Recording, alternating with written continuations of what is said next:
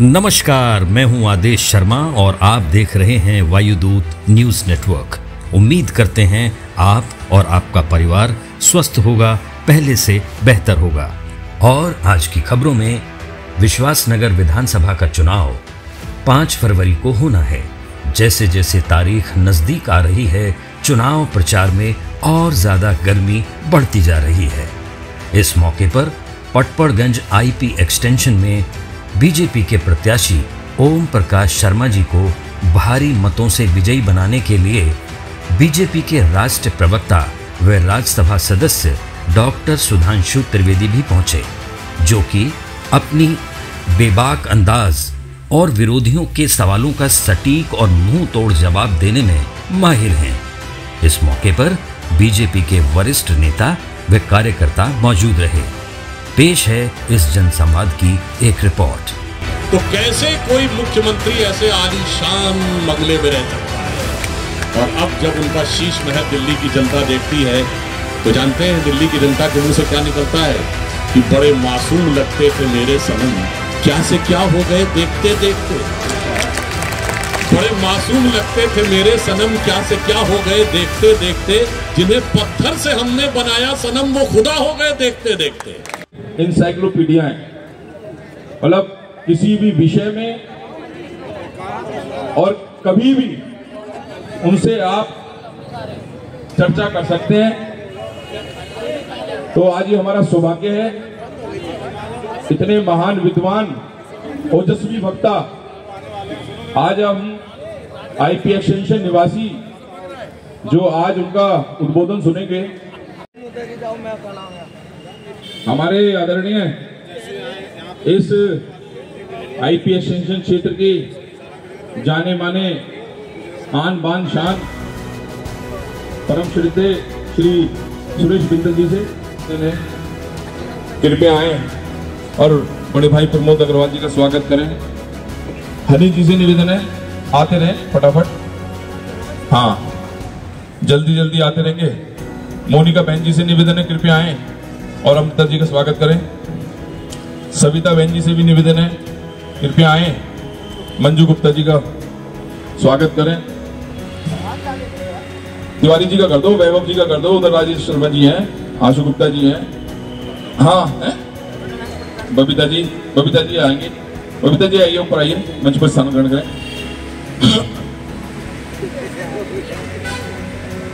रवि जी आइए ना ऊपर।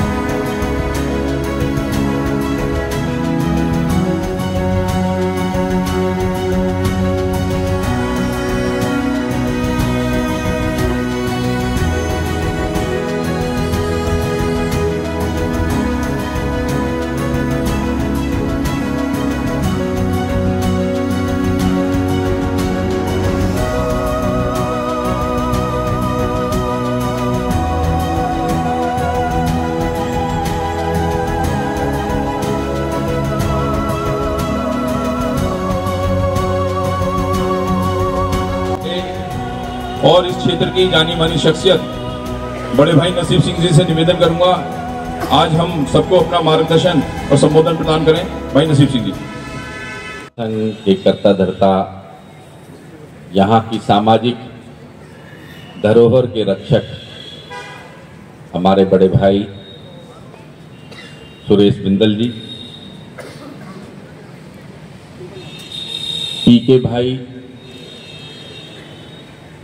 यहाँ मंजू गुप्ता जी, रजत जी, राकेश गुप्ता जी, वैभव मेहरा जी, एलसी शर्मा जी, बबीता जी, प्रमोद भाई, हमारी बहन जो यहाँ से चुनाव भी लड़ी कॉरपोरेशन का, बबीता जी, तो अमृता जी, मनोज शर्मा जी, मंजू जी,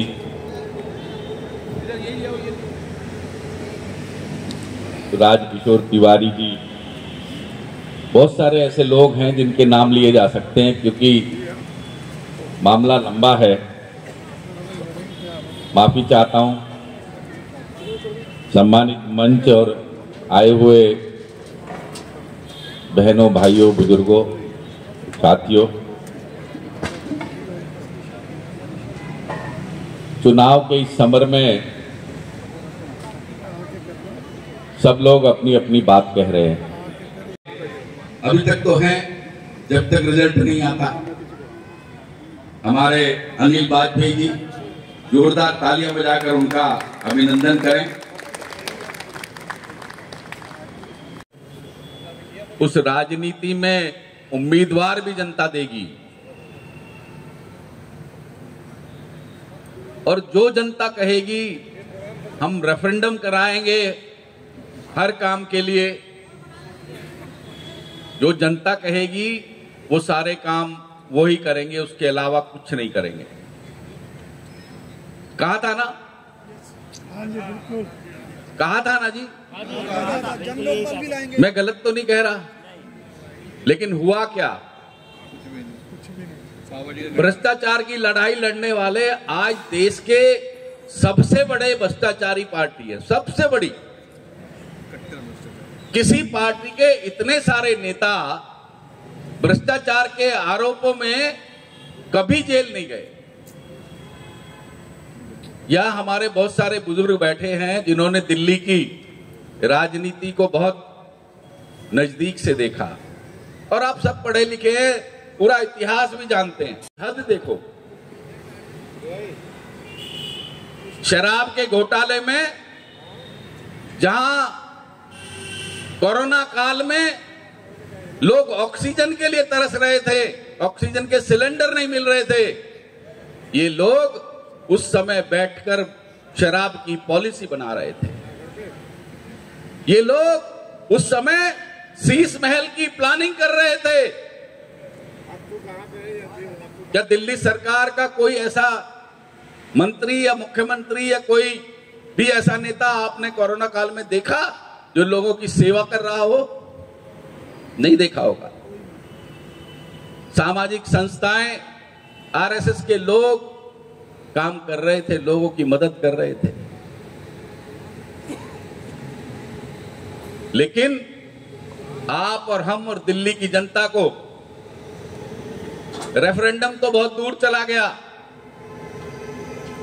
इन्होंने जन लोकपाल बिल से अपनी बीन बजानी शुरू की थी, लेकिन वो जन लोकपाल आज 12 साल में भी जिसका चर्चा नहीं होती, लाने की बात तो दूर, चर्चा तक नहीं होती। क्या ऐसे ही व्यक्ति को इस दिल्ली की सत्ता में बने रहने का हक है? बिल्कुल नहीं जी, नहीं नहीं नहीं।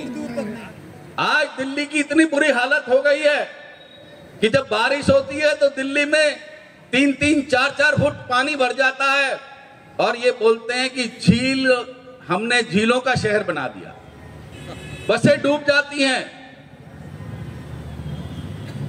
अक्टूबर और नवंबर में इस तरह से पोल्यूशन आपको घेर के बीमारी फैलाने का माहौल शुरू होता है। पहले तो ये पंजाब पर पराली जलाने पर आरोप लगा दिया करते थे, लेकिन आज तो पंजाब में भी इनकी सरकार है। कब मिटेगा ये पोल्यूशन?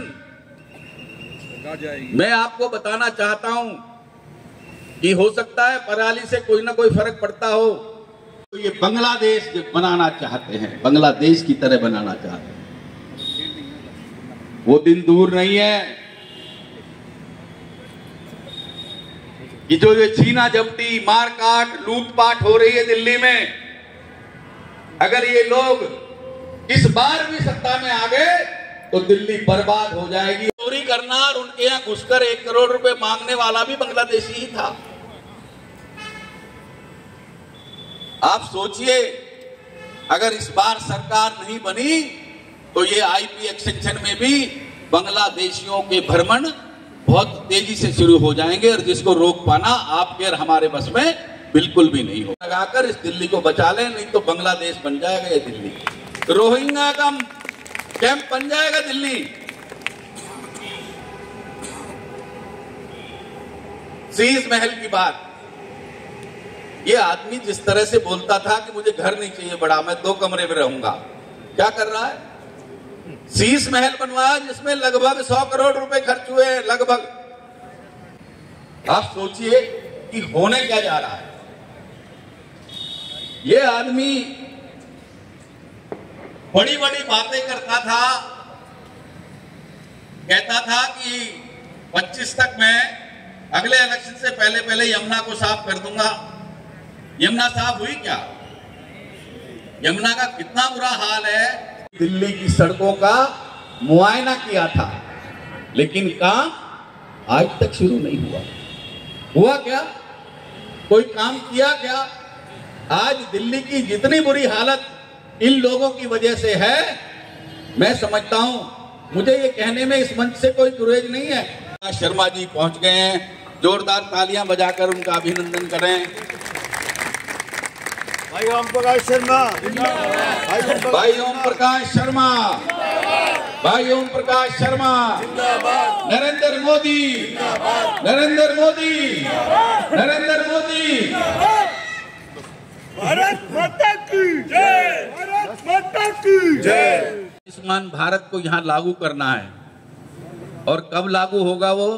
जब भारत में इस दिल्ली में भाजपा की सरकार आएगी, तो दिल्ली के हर नागरिक को वो आयुष्मान भारत का 5 लाख रुपए का जो बीमा योजना है वो मिलेगी। तो मैं समझता हूं कि हमारे लिए और आप लोगों के लिए, और खास तौर से उन गरीबों के लिए एक अच्छी पहल होगी। इस दिल्ली के लिए जो कुछ भी किया, सरकार ना होते हुए किया। 3,500 झुग्गी वालों को फ्लैट अब तक मोदी जी की सरकार दे चुकी है, और जितने भी और प्रोजेक्ट हैं जहां झुग्गी वाले हैं, मैं तो ये समझता हूं कि जब हमारी मैनिफेस्टो को लेकर बातचीत हुई कार्यालय में बैठ के पदाधिकारियों से, तो उसमें सबसे पहला मुद्दा हम लोगों ने यही रखा कि ये जो नर्क का जीवन जी रहे हैं दिल्ली में, इन लोगों को ऐसी जगह बसाया जाए जहां इनको फ्लैट बना के दिए जाएं, जिससे इनकी जीवन भी सुधार हो सके। दिल्ली में ऑटो वालों के लिए ये जो बैटरी वाली रिक्शा है, इनके चालकों के लिए भी बीमा योजना का ऐलान भारतीय जनता पार्टी ने किया है। गरीबों की मदद करने का जो एक सिलसिला है, उसे सुचारू रूप से आगे बढ़े, इसी में एक पहल है वो भी। खास तौर से सार्वजनिक परिवहन में एक नई क्रांति का आगाज हो रहा है। मैं आप सब लोगों का बहुत बहुत धन्यवाद करता हूं। बोलो भारत माता की। माननीय सुधांशु त्रिवेदी जी हमारे मध्य, एक बार बहुत जोरदार ताली से उनको हार्दिक अभिनंदन करें, हार्दिक स्वागत करें। भारत माता की, भारत माता की, भारतीय जनता पार्टी। भैया मंच पे व्यवस्था बनाए रखें, बस सिर्फ भाई साहब ऊपर आएंगे, बस और कोई नहीं, बस सबको रोक दीजिए। धन्यवाद भाई साहब। हाँ भाई साहब आइए, मैं सीधे सीधे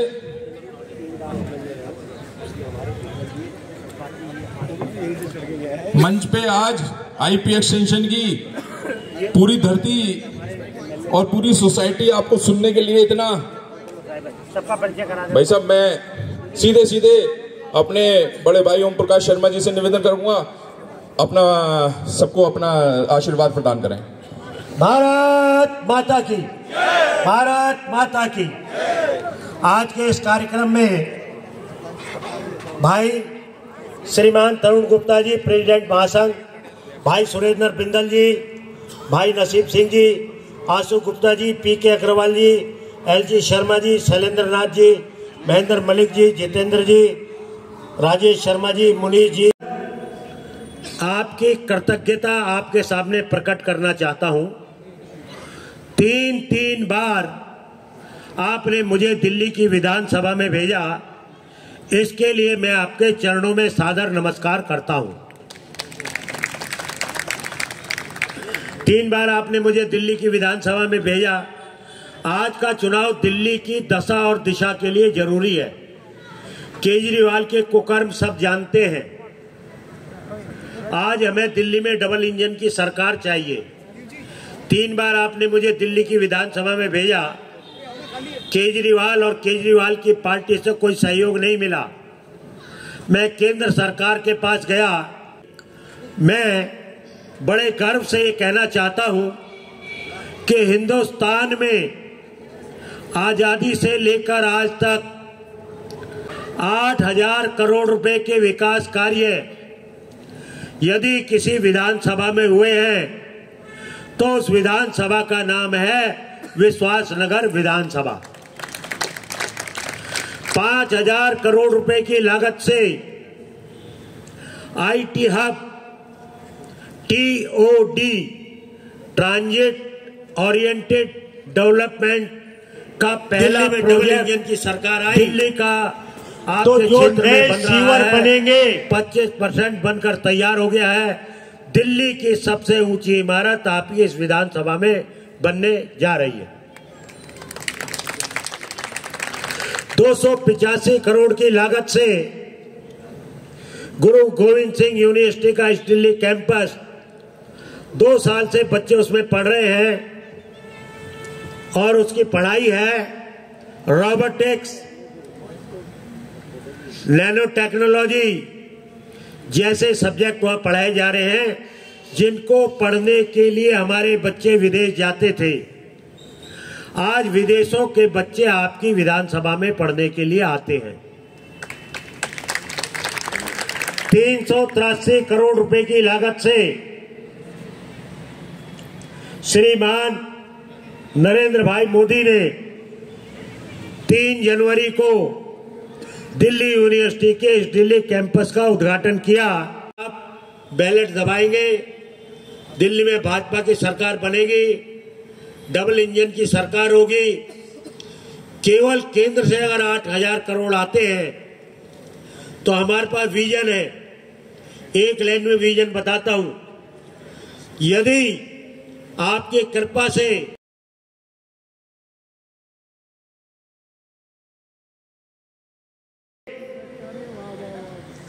उनकी उम्र होगी 200 से लेके 250 साल। कितने साल? और जो सड़क बनेगी उसकी उम्र होगी 25 साल। और इसमें सब टेक्निकली जो मदद मिलेगी वो आदरणीय गडकरी जी से मिलेगी। और मैं आपके शुभ की, दिल्ली के शुभ की कामना करता हूं। जैसी दिल्ली की हम कल्पना करते हैं, मेरी दिल्ली, अपनी दिल्ली, प्यारी दिल्ली, ऐसी दिल्ली को बनाने के लिए पूरी दिल्ली में जहाँ भी आपके दोस्त मित्र रिश्तेदार हैं, सबसे आप कृपया हाथ जोड़कर निवेदन करें। आने वाली 5 तारीख को कमल का बटन दबाएं, भाजपा का मुख्यमंत्री बनाएं। जय हिंद, जय भारत।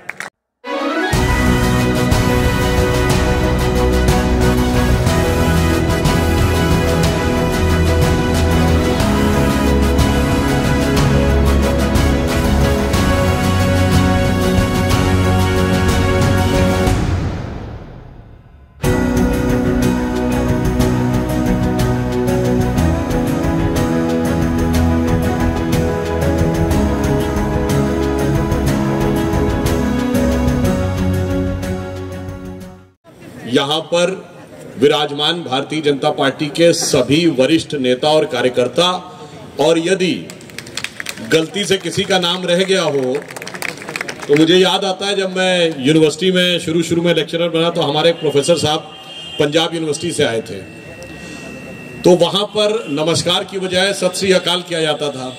तो उन्होंने कहा जब मीटिंग में पहुंचते थे तो सबको सत श्री अकाल करना पड़ता था, बहुत टाइम लगता था, तो वो ये कह देते थे चेयरमैन साहब को सत श्री अकाल एंड सीसी टू ऑल। तो यदि कोई रह गया हो तो मैं कहना चाहूंगा सीसी टू ऑल। आज हम सब के लिए ये बहुत हर्ष का विषय है और दायित्व का विषय भी है। हर्ष का विषय यह है कि हम सबके साथ आदरणीय ओम प्रकाश शर्मा जी, जो मेरे बहुत पुराने परिचित, मतलब बहुत युवावस्था के जमाने से हमारे बड़े भाई रहे, 19-30 साल से परिचय है, और ये वो विधायक हैं जो इस भारतीय जनता पार्टी के बुरे दौर में भी लगातार 3 बार हैट्रिक बनाने में सफल रहे। और यदि इन्होंने उस दौर में हैट्रिक बनाई है तो मुझे लगता है कि अब इस बार विश्वासनगर की जनता निश्चित रूप से उससे ये इस विश्वास की अपेक्षा करेंगे। तो मैं इनके बिहाफ पर आप लोगों से रिक्वेस्ट करना चाहूंगा कि मेरी हिम्मत को सराहो, मेरे हमराही बनो। मैंने एक शम्मा जलाई है हवाओं के खिलाफ, मगर अब तो हवाओं का रुख बदल रहा है। बहुत दिन तक दिल्ली में एक अलग प्रकार की हवा चला कर रखी गई। शुरू में लोगों को लगा कि वो एक नई राजनीति को लेके आए हैं, मगर आज अगर आप देखें तो दिल्ली की राजनीति में जो त्रिकोणीय मुकाबला है तो 3 पार्टियां कौन है? एक है कांग्रेस पार्टी, जो भारत की राजनीति की सबसे पुरानी पार्टी है। अब कोई चीज ज्यादा पुरानी हो जाती तो उसे कहते हैं पुरानी धुरानी हो गई, तो अब उस चीज को अलग घर में रख दिया जाता है। उससे भी ज्यादा कपड़े जब पुराने हो जाते हैं तो कहते हैं पुराने धुराने नहीं, अब ये फटे पुराने हो गए हैं, तो घर से बाहर कर दिया जाता है। तो एक वो पार्टी है जो पुराने धुराने से फटे पुराने होते हुए बाहर की तरफ जा रही है। दूसरी पार्टी है आम आदमी पार्टी, जो भारत की राजनीति की सबसे नई पार्टी है, नई नवेली पार्टी है, अजब अलबेली पार्टी है, अपनी हरकतों से बनी हुई एक पहेली पार्टी है। और इन दोनों में अंतर क्या है? कांग्रेस पार्टी पुरानी शराब पुरानी बोतल में, आम आदमी पार्टी पुरानी शराब नई बोतल में। कहते थे नई राजनीति के लिए आए हैं, तो नई राजनीति सिर्फ इतनी है कि एक बोतल शराब के साथ एक और बोतल शराब मुफ्त, यानी पुरानी शराब नई बोतल में और एक और बोतल उसके साथ फ्री में देने वाले लोग ये जो उभर के सामने आए। और एक दौर था आज से 10-12 साल पहले, जब वो मासूम सा चेहरा बना के आते थे, दिल्ली की जनता को लगता था कि ये कोई नई राजनीति लेकर आएंगे, और नाना प्रकार की वो सारी बातें मैं रिपीट नहीं करना चाहता कि वो क्या कहते थे।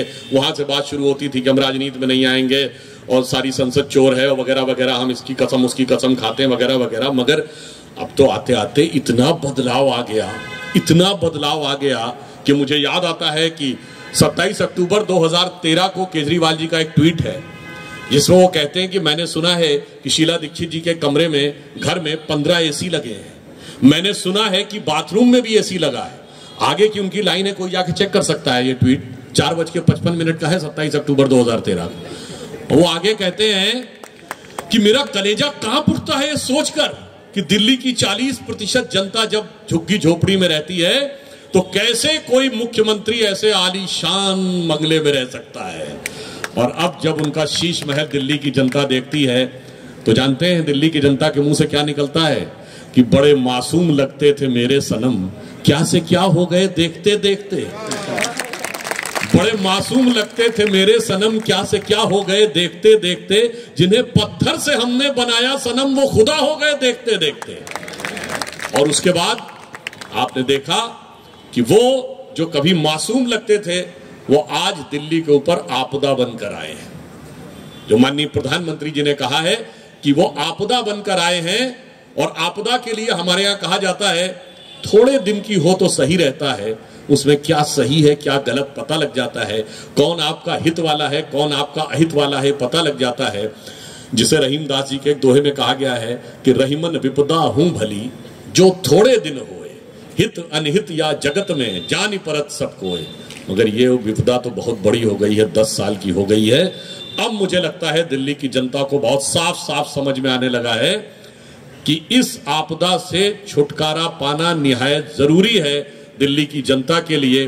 और मैं ये मानता हूं कि आपका क्षेत्र जिसने ओम प्रकाश जी को 3 बार मौका दिया है, हैट्रिक तो इन्होंने लगा दी है, अब अगर आप चौका लगवा देंगे जब बदलती हवा में, मुझे लगता है कि अगर आपकी चौका लगा तो फिर नई व्यवस्था में कोई नया मौका देने के बारे में निश्चित रूप से हमारा केंद्रीय नेतृत्व विचार करेगा, इसकी हमें पूरी उम्मीद है। दिल्ली में एक नजीर बन जाए कि विश्वासनगर विधानसभा क्षेत्र से चौका लगा है, बाउंड्री लगी है, तो वो विराट कोहली जैसी बाउंड्री लगी है। परंतु यहां पर एक गंभीर बात भी कहना चाहूंगा, आज दिल्ली की प्रबुद्ध जनता के लिए विचार करने का विषय है कि राजनीति किस निचले और छिछले स्तर पे आ गई। बताइए, इस प्रकार का विचार जो कोई सोचने से भी परे था कि कहेंगे कि हरियाणा में कि सरकार ने पानी में जहर मिला दिया।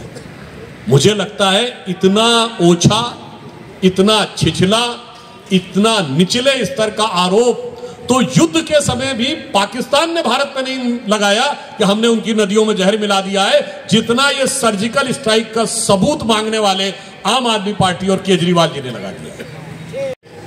तो आप देखते हैं जमुना में जैसा झाग नजर आता है जमुना जी में, और इस प्रकार का आरोप। देखिए, पहली बात बहुत टेक्निकल, ये तो बहुत पढ़े लिखे होने की बात करते हैं। ये बताइए, वो कहते हैं मेरे अधिकारियों ने बताया, चुनाव चल रहा है, आपके अधिकारी कैसे? आज तो सारे अधिकारी चुनाव आयोग के नियंत्रण में है। फिर देखिए कैसा डायलॉग बोला, मेरे अधिकारियों ने रोक दिया। अरे भाई, कोई चुल्लू का पानी है जो हाथ से रोक दिया? कहां रोक दिया, कैसे रोक दिया, ये तो बताइए। और फिर इतनी एब्सर्ड बात करना कि जैसे कोई दिल्ली में उन्हीं के समर्थक रहते हैं। साहब, लोकसभा में हमें 56% वोट मिला है, आज भी मेजॉरिटी हमारे साथ है। और फिर 30-40 किलोमीटर दिल्ली में रहने के बाद फिर तो यमुना जी उत्तर प्रदेश में जाती हैं। अगर आप पार्टी की दृष्टि से देखें तो हरियाणा में हमारी सरकार है और यूपी में हमारी सरकार है। मुझे लगता है कि अब जब उन्हें अपनी हार दीवार पर लिखी हुई इबारत की तरह साफ नजर आने लगी है, तो मुझे लगता है उस बदहवासी में या बहुत शरारतपूर्ण ढंग से वो इस प्रकार का आरोप लगा रहे हैं, जो बहुत खतरनाक है। और आपने एक और बात देखा है, उनके समर्थक कैसे कैसे हो गए हैं। पहले तो वो कांग्रेस पार्टी के साथ थे, अब दोनों अलग अलग हैं। और कोई खास बात नहीं है कि चुनाव हारने के बाद एक दूसरे का आंसू पोंछने के लिए दोनों एक साथ भी हो जाए। मजे की बात यह है कि आज वो दोनों अलग अलग हैं मगर इंडी गठबंधन में साथ हैं।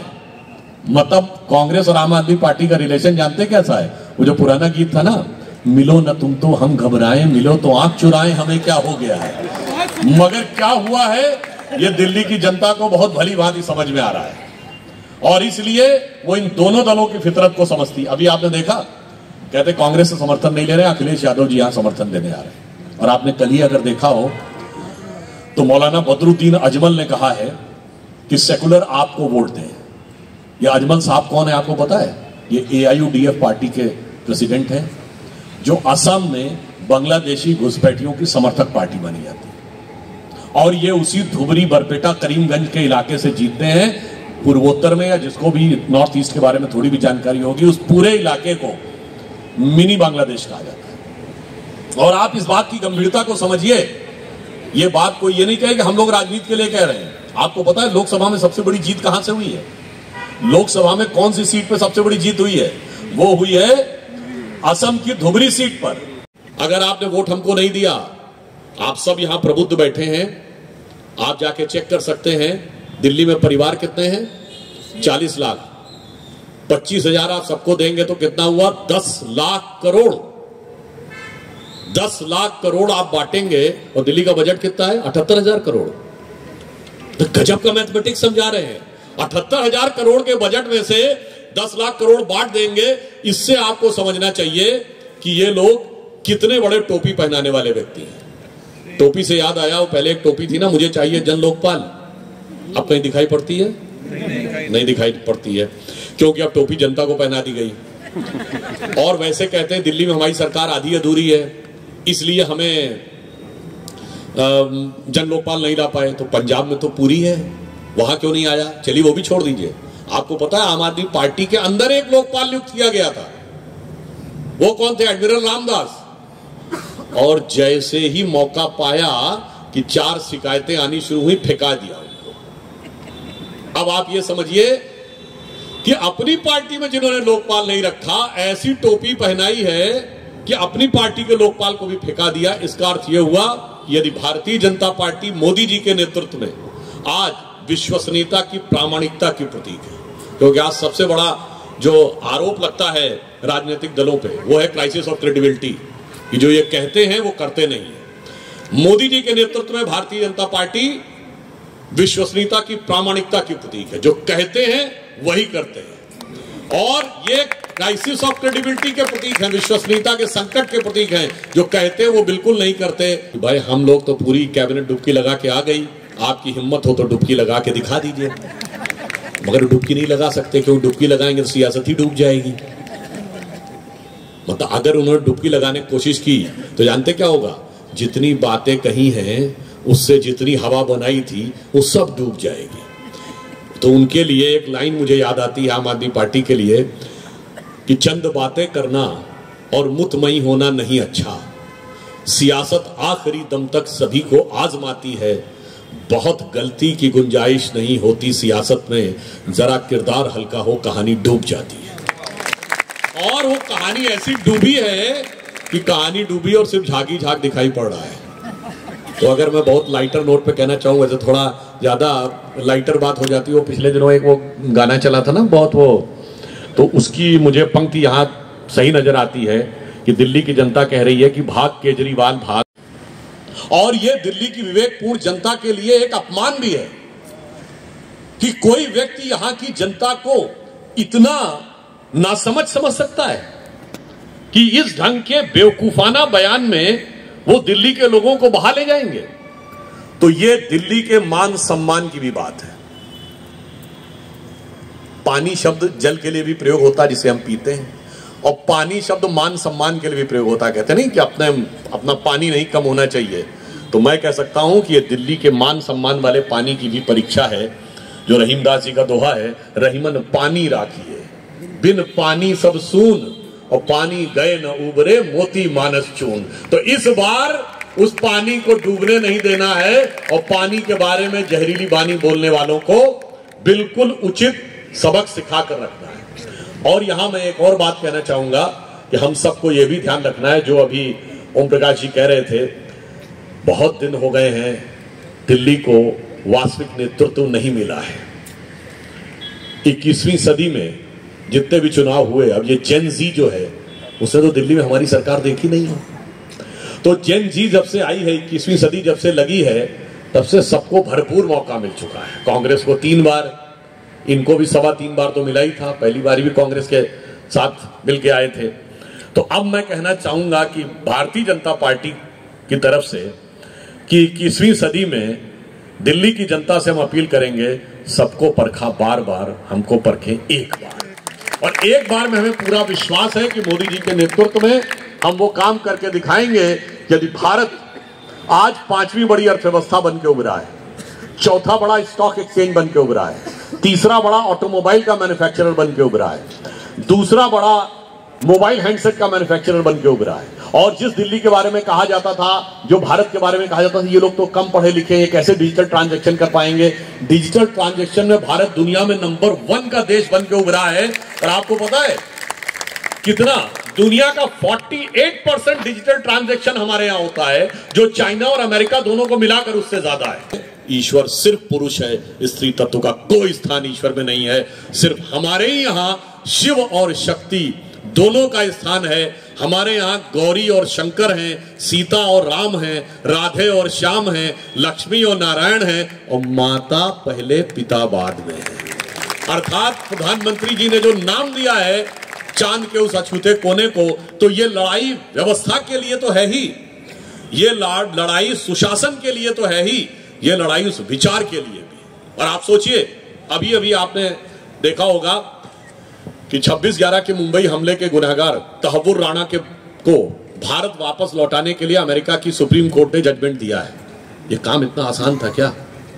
यह काम बहुत मुश्किल था, और इतना आसान काम नहीं था। तमाम जटिल परिस्थितियों के बीच में टेक्निकल प्रूफ देना और उसके बाद उसे साथ में लाना। 5 साल पहले आपको याद हो, मसूद अजहर को हम लोगों ने आतंकवादी घोषित करवाया था। तो एक तरफ कौन है? मोदी जी हैं, जो आतंकवाद के किसी भी आरोपी को बचने का कोई रास्ता नहीं देना चाहते।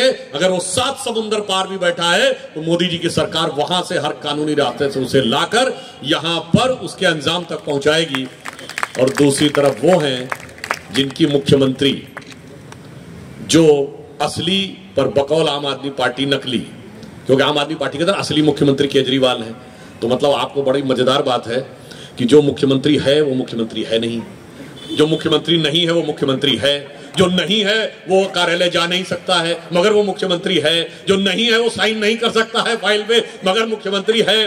तो आखिर में आदमी क्या उठता है? जो लालू प्रसाद यादव जी कई बार कहते थे, बहुत कंफ्यूजन है भाई, बहुत कंफ्यूजन है कि कौन है, मगर वही आतिशी जी के माताजी और पिताजी दोनों अफजल गुरु की क्षमा याचना में सिग्नेटरी हैं, उसको समर्थन देने का प्रयास कर रहे हैं। और इतना ही नहीं है, आपने देखा अभी कुछ दिन पहले दिल्ली पुलिस ने जो चीज आइडेंटिफाई की, चुनाव के बाद 3-4 महीने पहले दिल्ली के स्कूलों में बम धमाके की फर्जी कॉल्स आई थी। 400 से अधिक कॉल्स गई, आइडेंटिफाई किया गया तो पता चला कि वो व्यक्ति निकला नाबालिग, वो नाबालिग बच्चा है, मगर उसके जो दोनों माता, उसके जो परिवार के लोग हैं वो लोग उस एनजीओ से संबंधित हैं जो अफजल गुरु की फांसी रुकवाने में लगा हुआ था। और यही काम आम आदमी पार्टी के मुख्यमंत्री के परिवार की तरफ से भी हो रहा था। तो आप समझ लीजिए इन सब की फितरत क्या है कि देश। और एक और बात आप शायद भूल गए हो, अगर तो मैं याद दिलाना चाहता हूं। याद करिए जनवरी 2015 में जब जेएनयू में नारे लगे थे ना, भारत तेरे टुकड़े होंगे इंशाअल्लाह, वो दिन कौन सा था, किसी को याद है? वो दिन था अफजल गुरु की दूसरी बरसी। और उसके समर्थन में कांग्रेस के नेता गए थे, राहुल गांधी जी, और दिल्ली पुलिस ने केस तो दर्ज कर लिया था, पर सरकार आम आदमी पार्टी की आ गई थी, तो सरकारी वकील उनका था। इन्होंने महीनों लगा दिए थे परमिशन देने में, महीनों तक मुकदमा चलाने की परमिशन नहीं दी थी। तो ये फितरत है कि ये किसी भी कीमत पर सरकार चलाना चाहते हैं, और इसके लिए अगर आतंकवादी अपराधियों से भी साठगांठ करनी पड़े। अब देखिए ताहिर हुसैन, तो असली में अब एम को लेकर भ्रम पैदा हो गया है। दोनों को लगता है, आम आदमी पार्टी को लगता पहले तो ये इनका था, आज मेरा है, कहीं पुराना इश्क जाग गया, दोबारा वापस चला गया तो क्या होगा। तो जो कांग्रेस को लगता है, अरे मैं तो आशिक पुराना हूं, मुझे एक बार मेरी तरफ देख, किसी तरह वो पुरानी मोहब्बत जाग जाए तो मैं वापस आऊं, इसलिए दोनों डर के मारे एक दूसरे से अलग हो गए। परंतु अब एक तीसरे आ गए हैं, उसमें तो डबल एम है, उस पार्टी में जिससे ताहिर हुसैन लड़ने चले गए हैं। तो सारी समस्या उसी के कारण से हो गई है। मगर मुझे लगता है इन सारी बातों के बीच में दिल्ली की जनता का जो एम है, यानी माइंड, वो बहुत शार्प है। वो भली भांति समझ सकता है कि कौन राष्ट्र के हित में काम कर रहा है और कौन राष्ट्र के खिलाफ काम कर रहा है। इसलिए मैं आपसे यह अनुरोध करना चाहूंगा कि आज यदि भारत एक नई ऊंचाई की तरफ आगे बढ़ रहा है, अभी अगर आप सबने देखा हो, मात्र 3 दिन पहले की बात है, वर्ल्ड बैंक और आईएमएफ ने कहा है कि 2026 और 27 दोनों में भारत बड़ी अर्थव्यवस्थाओं में सबसे फास्टेस्ट ग्रोइंग इकोनॉमी रहेगा। हमने उस मुकाम तक पहुंचाया है। हम लोगों के बचपन में, वैसे हम लोगों के जन्म से पहले की बात है, मगर वो बचपन में खूब गाना सुना है, आप सबको याद हो ना, जब जीरो दिया मेरे भारत ने। उस गाने से पहले का डायलॉग क्या था? प्राण क्या कहता है? क्या देता है तुम्हारा मुल्क? ये 2 रोटी खाता है तो 1 रोटी कर्जे की खाता है। What is the contribution of India? India's contribution to the world is 0, 0 and 0। ये डायलॉग था ना। ये कब दौर था? जब उनकी प्रचंड बहुमत की सरकारें होती थी, और तब ये गाना शुरू होता जब जीरो दिया मेरे भारत ने। और आज स्थिति ये है मोदी जी के नेतृत्व में कि इंटरनेशनल मॉनिटरी फंड की चीफ क्रिस्टीना जॉर्जिवा कहती है कि भारत का ग्लोबल ग्रोथ में कंट्रीब्यूशन 15% होने जा रहा है, जो मैक्सिमम होने जा रहा है दुनिया की सारी इकोनॉमीज में। हमने वहां से यहां तक पहुंचाया है। याद करिए, उसमें एक डायलॉग था कि दुनिया चांद पे पहुंच गई और तुम कहां पड़े हुए हो, तो मोदी जी के नेतृत्व में चांद के अछूते कोने तक पहुंच के दिखाया है। तो इसलिए भारत एक नया स्वरूप ग्रहण कर रहा है, तो दिल्ली को तो हमेशा उसके लीड में रहना चाहिए। अब बहुत दिन हो गए कि हमने उन शक्तियों की तरफ देखा जो एक्सपेरिमेंटल पॉलिटिक्स कही जाती थी, और वो एक्सपेरिमेंटल पॉलिटिक्स बहुत फैटल साबित हो गई है। तो मुझे लगता है कि अब दिल्ली की जनता पूरी तरीके से प्रबुद्ध हो गई है, और इस अमृत काल में ये जितना विष भरा है इन लोगों ने, उस सारे विष से मुक्त कराना है। और दिल्ली भारत के इस विकास की यात्रा में, जो एक नए युग में मोदी जी के नेतृत्व में हम प्रवेश करने जा रहे हैं, उस नए युग में एक नई ऊर्जा के साथ, एक नई शक्ति के साथ अग्रणी भूमिका निभाते हुए नजर आएगा।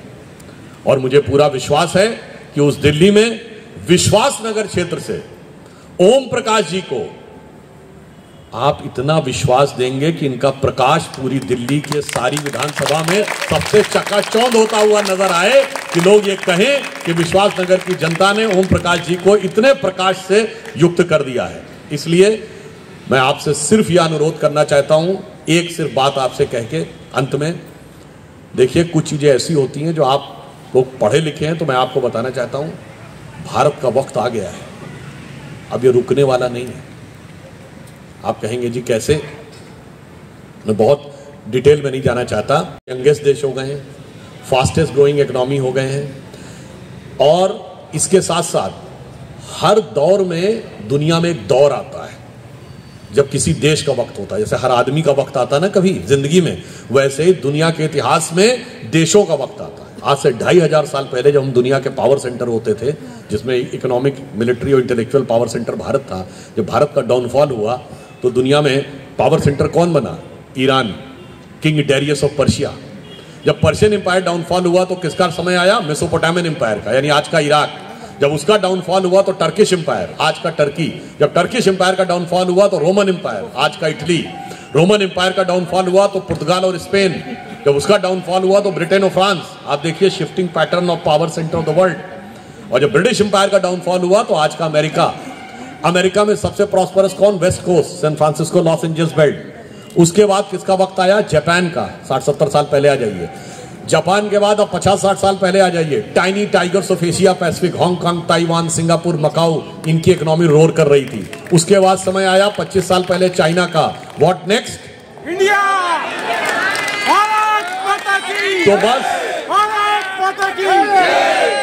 तो बस ये समझ लीजिएगा कि ये प्रकृति का नियम है कि होने जा रहा है, मगर उसमें आपको क्या करना है?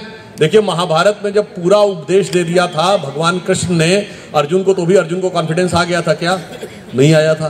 तो फिर विराट रूप दिखाया। उन्होंने कहा देखो ये तय है, यही भविष्य में होना है, तुम्हें सिंहासन पर बैठना है, ये सब तो जमीन पे पड़े होंगे।